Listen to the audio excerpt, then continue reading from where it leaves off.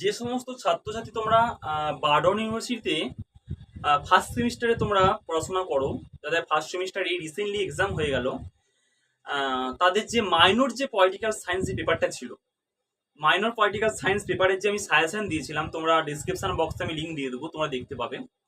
যে সাজেশনগুলো দিয়েছিলাম সেই সাজেশনগুলো খুবই গুরুত্বপূর্ণ যে সাজেশন দিয়েছিলাম, সেই সাজেশনগুলো তোমরা লক্ষ্য করো।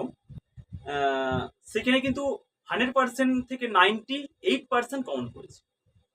100% বলছি না এই কারণে, কেন বলি এই কারণে, 2 নম্বরে আমি যে সাজেশনগুলো দিয়েছিলাম, হয়তো বললেন স্যার আপনি তো 2 নম্বরে যে সাজেশনগুলো দিয়েছেন, 2 নম্বরের সাজেশনগুলো তো পার্টিকুলার ভাবে 2 নম্বর সাজেশন কমন হয় না। হ্যাঁ, সঠিক, 2 নম্বরের সাজেশন সত্যি হয় না। আমরা কি করি, 2 নম্বরের যেগুলো মোস্ট ইম্পর্টেন্ট প্রশ্ন সেগুলোকে আমরা দিই স্টুডেন্টদের এদিকে, যে এই প্রশ্নগুলো যাতে ভালো করে। এবার যেহেতু তোমরা মাইনরে পড়ছো, তোমাদের 10 × 2 = 20, 10টা প্রশ্ন করতে হবে, খুব অনেকগুলো প্রশ্ন করতে হয়। সেখান থেকে আমি কি করি, বেছে দিয়ে দিই। সেখান থেকে কটা পড়েছে, 7টা প্রশ্ন পড়েছে, 3টে প্রশ্ন পড়েনি। আমি বরাবরই বলে রাখি যে তোমরা এই প্রশ্নগুলো ছাড়াও করবে, এই প্রশ্নগুলো ছাড়াও কিন্তু তোমরা করবে, তোমরা যদি করতে পারো ভালো, এই প্রশ্নগুলো ছাড়াও করবে। কিন্তু এমনটা নয় এই প্রশ্নগুলো ছাড়াও, এই প্রশ্নগুলো দেখে গেলাম, এটা নয়।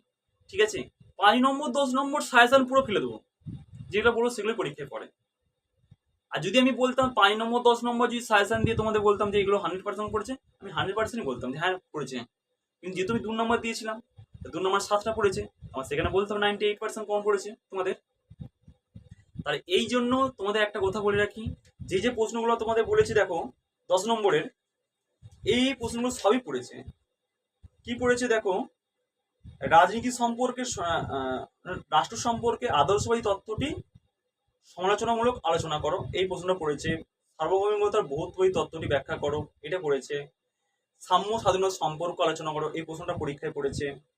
তারপর পড়েছে রাষ্ট্র সম্পর্কে মার্ক্সবাদী দৃষ্টিকোণের প্রধান বৈশিষ্ট্য আলোচনা করো, নয়া উদারনীতিবাদের প্রধান বৈশিষ্ট্য আলোচনা করো, এই প্রশ্নটা পরীক্ষায় পড়েছে। আচ্ছা, তারপরে তারপর বলেছে উদারনীতিবাদের মৌলিক বৈশিষ্ট্যগুলো আলোচনা করো, এটা পরীক্ষায় পড়েছে। ঠিক আছে, রাজনীতি সম্পর্কে আচরণবাদী দৃষ্টিভঙ্গির মানে দৃষ্টিভঙ্গির সীমাবদ্ধতাগুলি আলোচনা করো, এটা পরীক্ষায় পড়েছে। দেখো এই প্রশ্নগুলো সবই পড়েছে। তার মানে কি, এবারে ধরো যে স্যার আপনি তো 10-এ দিয়েছেন, 5-এ পড়েছে, 5-এর প্রশ্ন 10-এ পড়েছে, পার্টিকুলার হয় এটা কিন্তু প্রশ্ন হতেই পারে। আমি মনে করলাম যে এই প্রশ্নটা 10-এ আসবে, হয়ে গেল 5-এ পড়েছে। আমি যেটা 5-এ দিয়েছি সেটা 10-এ দিয়েছে। দেখো এই প্রশ্নগুলো প্রত্যেকটা ইউনিভার্সিটি করে, কেন স্টুডেন্টদের ঠকায়। ঠকায় বলতে কি জন্য ঠকায়, ঠকিয়ে লাভ কি? একটা স্টুডেন্টের হচ্ছে তার জ্ঞানমূলক, প্রয়োগমূলক, বোধমূলক যে কোশ্চেন, সেই কোশ্চেন দিয়ে তাদেরকে জাজ করে তারা কতটা এই বিষয় তারা রপ্ত করেছে, সাবজেক্টটা কতটা রপ্ত করেছে, এই বিষয়গুলো জানার জন্য।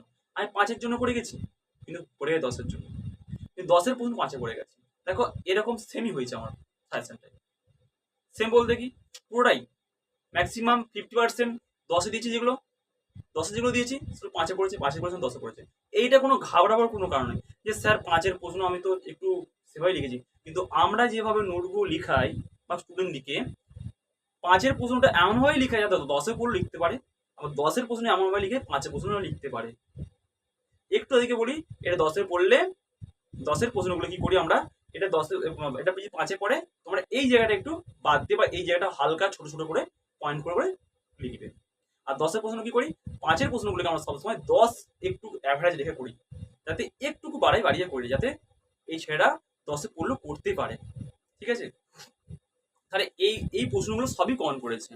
আরেকটা জিনিস বলে রাখি, দেখো মাইনরে অনেক স্টুডেন্ট ছাত্রছাত্রী আমাকে ফোন করেছিল, অনেক ছাত্রছাত্রী ফোন করেছে যে স্যার মাইনর নোট দিন, মাইনরের আমরা টিউশনির জন্য পড়তে পারছি না, টিউশনির অভাব স্যার, আমরা যেহেতু খুব দুস্থ পরিবারের ছেলে মেয়ে স্যার, আমাদের বাড়ির আর্থিক অবস্থা সত্যি খুব খারাপ স্যার, এর জন্য স্যার আমরা নিজেদের নিজেদের পরিশ্রমের টাকা দিয়ে পড়াশোনা করছি, এক একটা মাইনরের স্যার টিউশনি 1500 টাকা, আমরা কিভাবে আগাবো, কিভাবে পড়বো?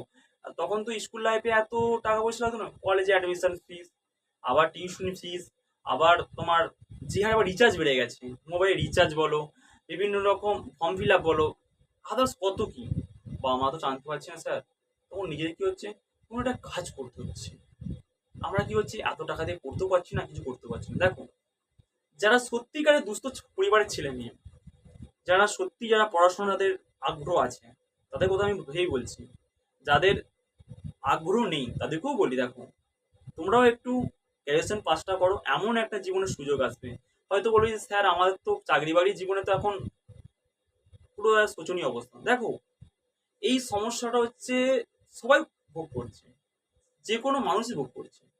কিন্তু দেখো, একটা সময় ঠিক অবশ্যই হবে। কিন্তু ধরো তোমার সরকারি চাকরি কেন, যে কোনো বেসরকারি সংস্থাতে কাজ করে খেতে পারবে? অবশ্যই কি না। গ্র্যাজুয়েশন পাস, তোমার উচ্চমাধ্যমিক পাস করতে মানে উচ্চমাধ্যমিক পাস করে সার্টিফিকেট দিয়ে কোথায় কি কাজ করবে? বাস্তব।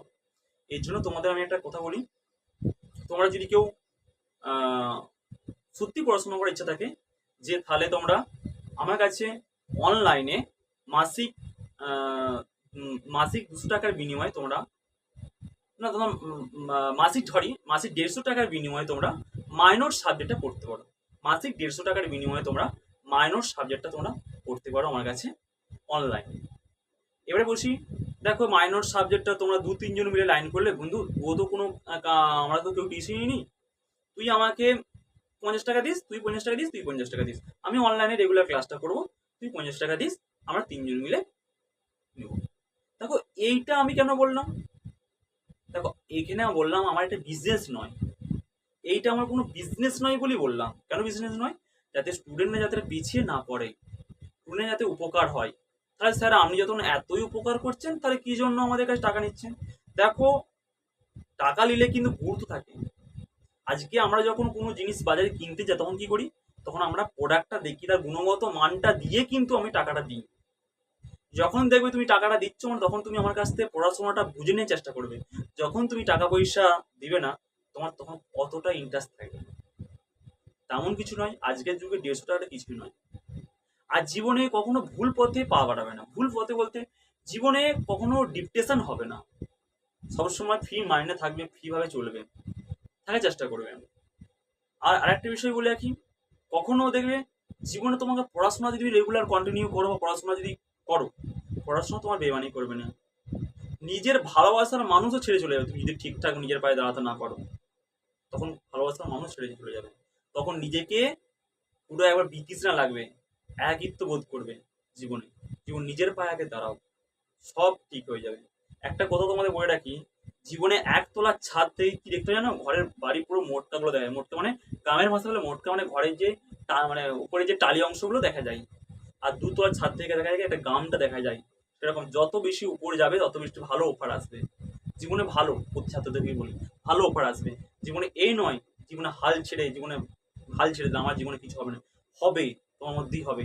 জীবনে সেই ওভারকামটা করে আগিয়ে আসো, অবশ্যই হবে। ঠিক আছে, একবার অবশ্যই হবে। একটা মানুষ জীবনে, আমিও একটা মানুষ ছিলাম, আমি একটা সময় এমন ভেবেছিলাম যে আমার জীবনে পড়াশোনার কিছু হবে না, তো আমিও সেই জায়গাটা থেকে জীবনে ওভারকাম করে এতটা হেরেছি। জীবনে কখনো জীবনটা ভাববে যে আমি কার জন্য শেষ করছি, কার জন্য কি হয়ে যাচ্ছি, কার জন্য কি করে দিচ্ছি, জীবনে এটা ভেবে শেষ করো নি জীবন।